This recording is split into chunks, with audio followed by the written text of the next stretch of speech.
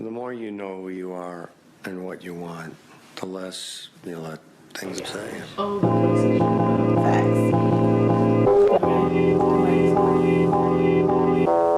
Who are you? Like, who are you really, Slim? Okay. Who am I? I've actually wrestled with that question a lot lately. Like, milestone birthday happening, like, who am I outside of what I do, outside of who I am to other people? So, who am I? I am intentional. Like, I'm here to help people effectively, but I'm also a person with feelings. Like, I don't have all the answers. I don't have it all figured out. So I'm learning. I'm a mom, a daughter, friend, all those good things, business owner, employee. Like, I'm all of these things, but who I'm at my core is literally, that's a good question. I don't really know if I have an answer yet. I think I'm figuring it out.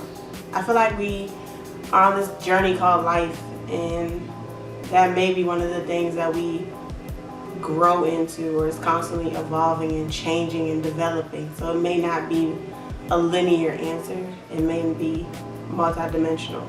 So I don't know if that's sufficient, but that's my answer. So as a young woman in this world, how do you plan on leaving your mark? Now that question gets me excited. I'm so big on legacy and generational blessings, and being an example for my son and my nieces and nephews and the people that are assigned to me in this journey of life. So I plan on leaving my mark by not just the businesses that I own, but what I leave behind. What I do right now sets me up for when I'm gone. So whether it's a book or a podcast, that's leaving my mark. That's steps that cannot be erased, because I was here and you can't take that away from me. As a millennial, I think that we get a bad rap for a lot of stuff. Yeah. But as a millennial woman, how do you see the world today as a mom, as someone in ministry, as somebody that's you're still youthful and you're living for God? And how do you define, this is a loaded question, how do you define feminism at your age and being a woman of God? And yeah, all that. I'll definitely say, like I always say in our text messages, lay struggle is real. Like, legit.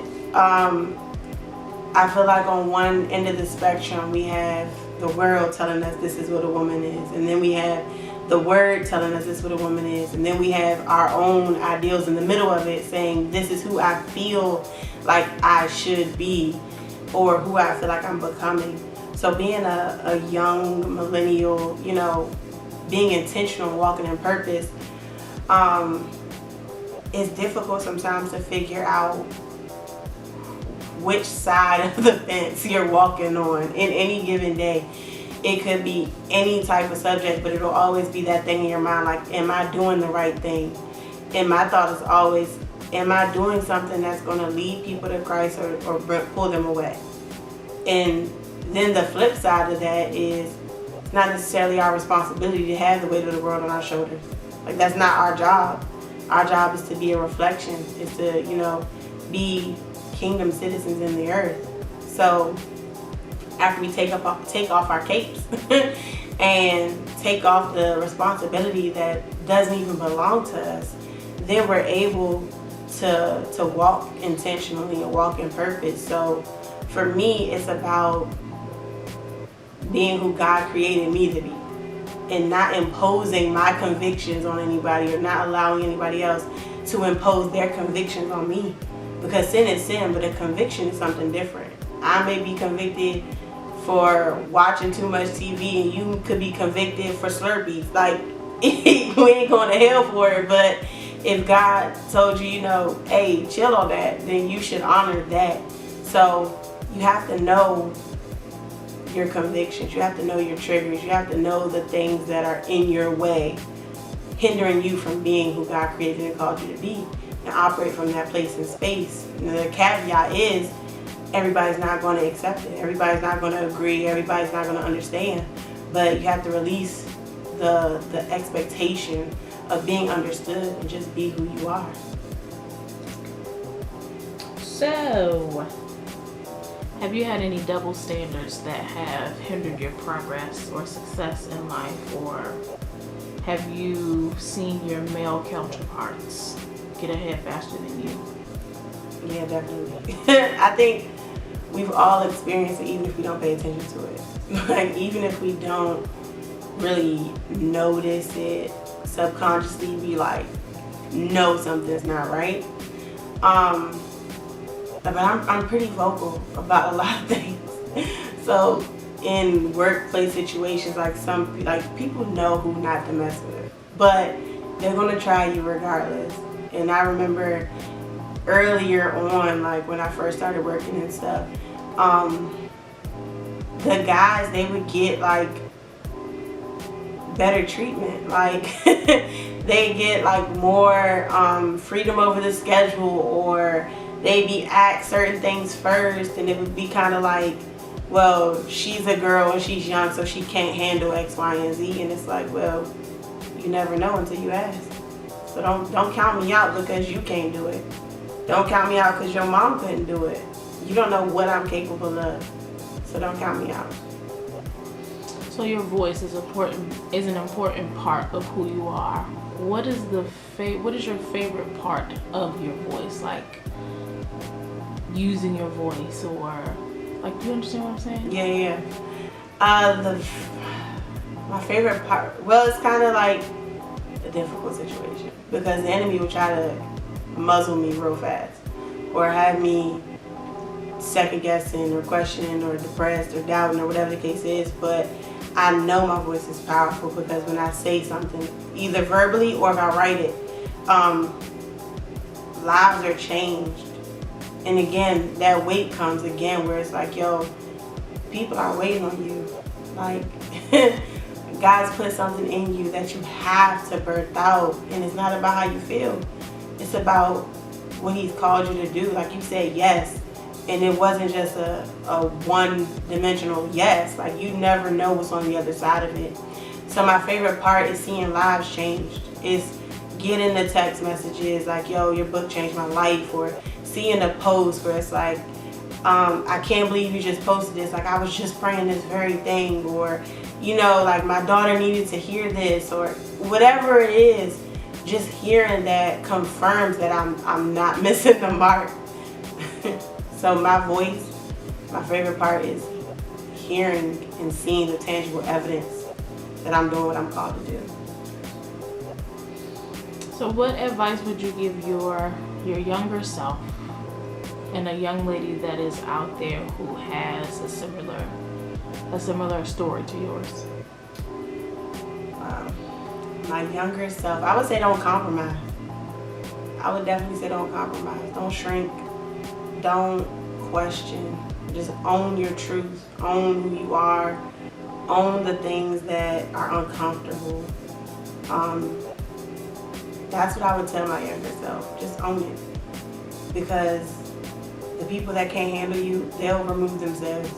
And the people that can, they'll come. But if you try to micromanage, you drive yourself crazy.